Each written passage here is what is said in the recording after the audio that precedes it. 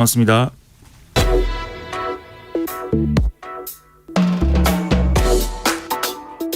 더 나은 내일을 준비하는 시간 KBS 1라디오 김성환의 시사야.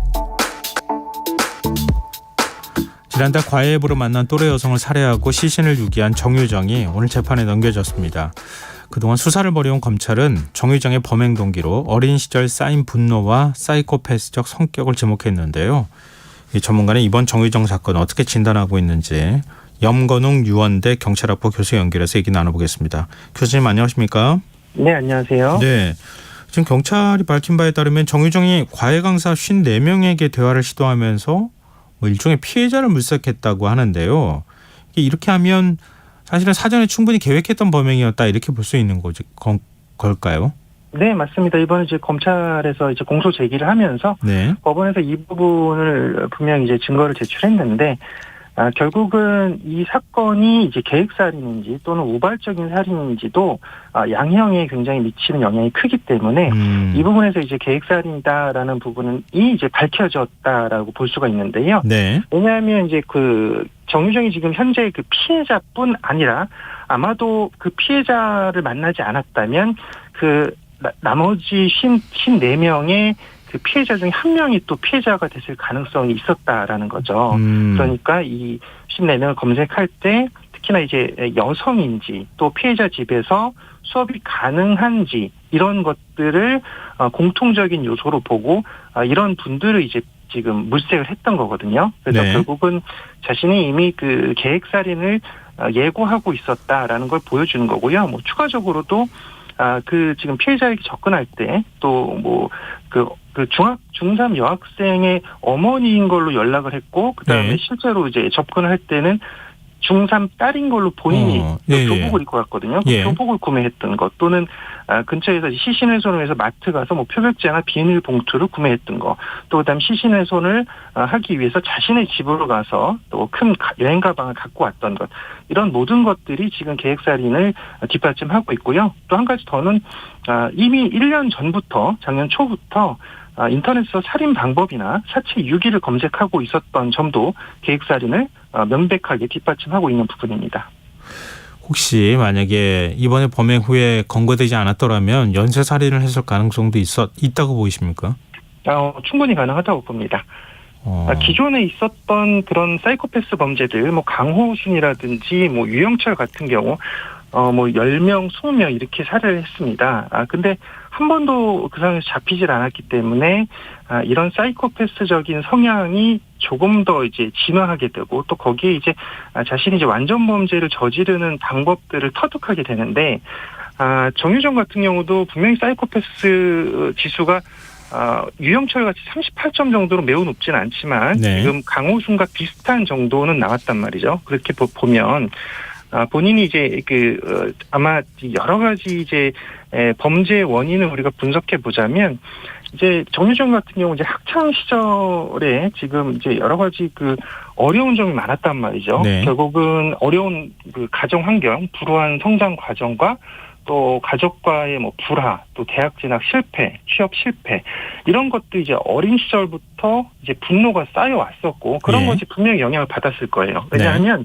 이런 살인 범죄자들은 특히 성장 과정에서 결핍이 이런 어떤 살인을 결정하는 요소로 작용을 합니다. 네. 그래서 애정 결핍이라고 우리가 표현을 하는데 성장 과정에서 교육과 교육을 통해서 성취욕을 달성하게 되는데 이런 것들이 좌절됐고 결국 가족에게도 이런 사랑을 받지 못했던 이런 환경에서 자신이 어떤 그 욕구를 가졌던 부분이 뭐 대학을 가고자 했고 또 공무원 시험을 뭐 붙어보려고 했고 또 구직을 해보려고 했던 모든 것들이 이제 잇따라 어렸을 때의 좌절과 더불어서 성인이 되면서까지 좌절이 계속 이어져 오다 보니까 이런 분노들이 일단 쌓였던 것 같아요. 거기에 이제 본인의 사이코패스적인 성향과 결합해서 이런 끔찍한 범행을 하는 동기를 만들었을 것으로 보여집니다.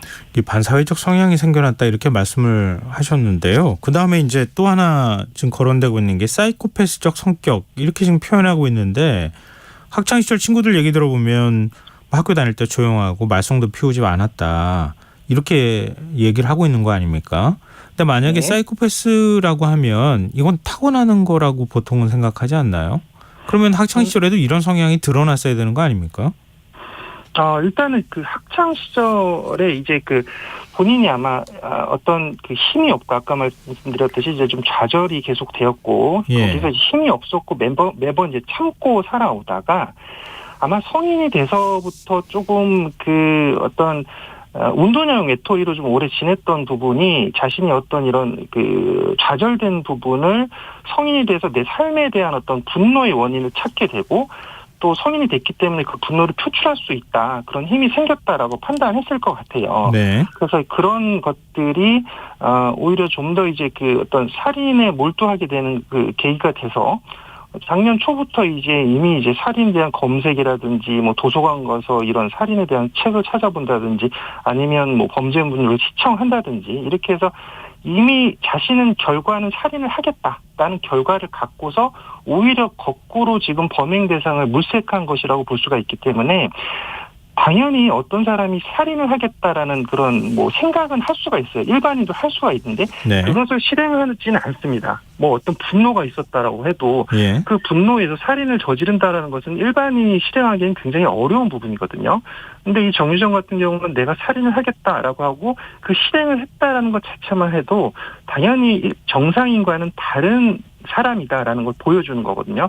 그렇기 때문에 우리가 이제 사이코패스 성향이 아닌가라고 생각을 하는 것인데, 그러니까 이제 우리가 이제 초기 수사 단계에서 합리적으로 범죄 동기가 그 설명이 되지 않을 때가 있단 말이죠. 예. 그럴 때 그러면 이 사람은 왜 살인을 저질렀는가를 판단하기 위해서 우리가 이제 사이코패스 검사를 시행하는 것입니다. 그래서 여기에 대해서 이 어떤 범죄 동기를 찾아내고 또 이런 것들이 이제 뒤에 있는 이제 재범 위험성을 판단한다든지 네네. 또는 뭐 가석방이나 뭐 전자발찌 부착 단계까지 이제 예. 활용을 하는 것이죠. 근데 통상 사이코패스라고 하면 다른 사람의 고통에 무감한 성향을 갖고 있을 때 사이코패스다 뭐 이렇게 부른다고 알고 있거든요. 근데 사이코패스 테스트를 한다고 하는데 그럼 테스트할 때는 이런 부분들을 집중적으로 물어보는 겁니까? 아니면 우리가 알고 있는 사이코패스라는 게 일반적인 그 상식하고는 좀 다른 겁니까? 그러니까 그 단답형으로 이어지는 그런 문항들은 아니고요. 예.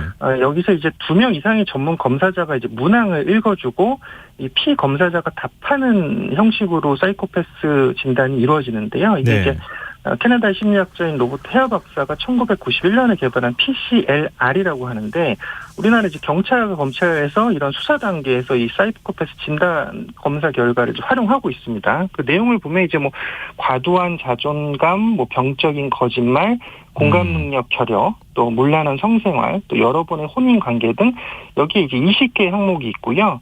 이거 이제 아니다가 0점, 아마도가 1점, 그렇다가 2점 등으로 평가를 해서 점수를 합산을 하는 그런 방식입니다. 근데 이걸 사이코패스를 이 과정만으로 평가를 하는 것이 아니고요. 네. 여기에 여러 가지 뭐 과거 행적들, 특히 정유정 같으면 지금 아까 있었던 이전에 있었던 학창 시절의 행적이라든지 그가 뭐 겪어왔던 어떤 불운이라든지 이런 것 분노가 쌓이는 과정들, 그런 성장 과정, 또 정신건강의학과적 진단이나 과거에 뭐 범법 행위가 있다면 그런 것도 보고요. 또 여기 프로파일러의 면접 결과까지 종합을 해서 판단을 해서 측정을 하는 도구로 쓰이고 있습니다. 그렇군요. 지금 정유정이 살인을 저지르고 난 다음에 그 피해자의 신분증을 갖고 있었다 이런 얘기가 있잖아요.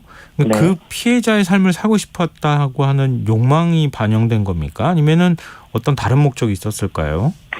일단은 일단 일부에서 뭐 피해자 신분 탈취를 하려고 했었다라고 했지만 현재 이번 검찰에서 밝힌 바도 신분 탈취 목적이 있었다라고 하는 그 증거는 확인되지 않았다라고 밝히고 있거든요. 경찰에서도 마찬가지로 얘기했어요. 근데 네. 왜 이 얘기가 나왔냐면 처음에 지금 피해자의 신원하기는 어렵게 해서 실종 처리를 하려고 정유정이 의도를 했었습니다. 그래서 거기 사체를 훼손하고 또 유기를 하면서 지금 검거 당시에는 피해자의 또 신분증까지 소지하고 있었기 때문에 네.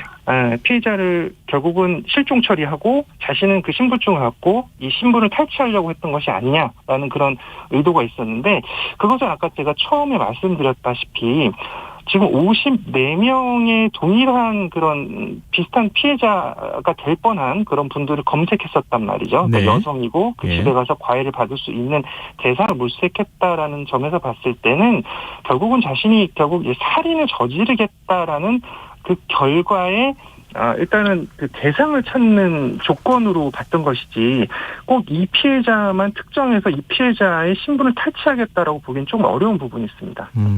이 정유정이 일반 수용자하고 달리 독거방에 수용 중이라는 사실이 알려져서 뭐 너무 호화 생활하고 있는 거 아니냐 뭐 이런 이제 비판 여론도 좀 있더라고요. 네. 이 독거 수용하는 이유가 뭡니까? 일단은 지금 정유정은 특별 관리 대상자입니다. 예. 그래서 보통은 우리 그 구치소나 교도소에서는 이제 혼거를 하거든요. 여러 명이 같이 지내게 되는데 네. 정유정 같은 경우는 지금 보통 대외적으로 좀 많이 알려져 있고 정유정 자체가 예. 그리고 일반 수용자와 함께 생활을 할 경우 좀 애로사항이 발생할 가능성이 있어요. 충분히 가능하거든요. 네. 그래서 일단은 혼자 지금 지내고 있었고 특히나 이제 아직 법원에서 재판이 진행되지 않는 미결수 신분이기 때문에 여기에 따라서 또 이 특별관리 대상이 더해져서 결국은 지금 독거방에서 지냈는데 특히나 이제 아마 그럴 가능성이 있어요. 이제 본인이 완전 범죄를 계획하고 자신했겠지만 결국은 여러 가지 어설픈 부분 때문에 자신이 잡혔고 신경의 변화들이 생기거든요. 그러니까 이 정유정 자체도 검거 후에 심리적으로 불안정한 상황에 놓일 수가 있습니다. 그래서 네. 또 뭐 여러 가지 또 문제가 발생할 가능성도 있기 때문에 네. 일단은 현재는 지금 특별관리 대상자로 독거 수용 중인 상태입니다. 근데 좀 궁금한 게요. 이렇게 사이코패스 성향을 갖고 있는 사람들이 예를 들면 이제 죗값을 치러야 되는 거 아닙니까? 그러니까 수감 생활을 하고 난 다음에 사회 복귀를 한다고 사이코패스 성향이 사라지는 건 아닌 거죠? 네, 맞습니다. 일단 그 한 연구 결과를 보면은 그 지금 교도소에서 출소한 이후에 예. 10년 내에 21%의 그냥 일반 범죄자들 같은 경우는 10년 내에 21%가 다시 범죄를 저질렀거든요. 네. 근데 사이코패스는 약 77%가 다시 범죄를 저질렀습니다.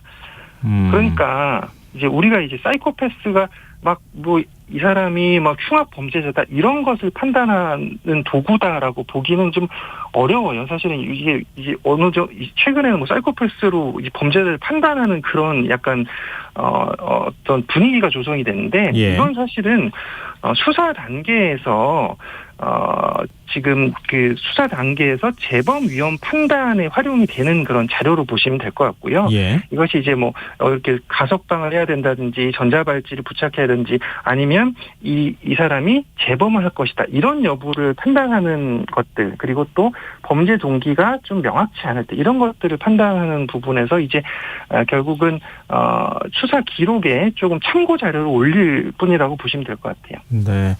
뭐 최근에 부산 돌려차기 사건도 있었잖아요. 그러니까 뭐 사실은 이유를 찾기 어려운 매우 어려운 사건들이 이렇게 잔혹한 사건들이 계속 벌어지고 있는 상황인데 이른바 이렇게 묻지마 범죄가 자꾸 늘어나는 경향이 나타난다고 우리가 그냥 느끼는 건지 아니면 실제 통계가 있는 건지는 모르겠지만 왜 이런 범죄가 발생한다고 보십니까?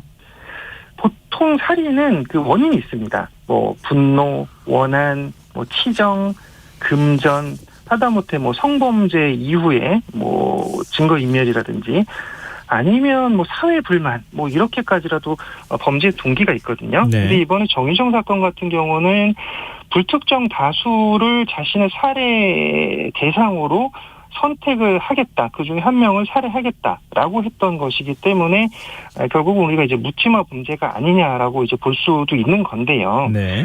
그러니까 아까 말했듯이 어떤 살인의 그 통계를 분석할 때는 뭐 원인을 또 분석합니다. 분노, 뭐 금전, 뭐 이렇게 있는데 예. 지금 이렇게 누굴 살해하겠다. 근데 그 살해가 이루어졌다. 그 대상은 누군지 모르겠다. 이런 것들에 대해서는 사실은 우리가 결국은 지금 새로 이제 어떤 사회의 변화에 따라서 최근에 이런 대상을 특정하지 않고 범죄를 저지를 수도 있는 그런 이제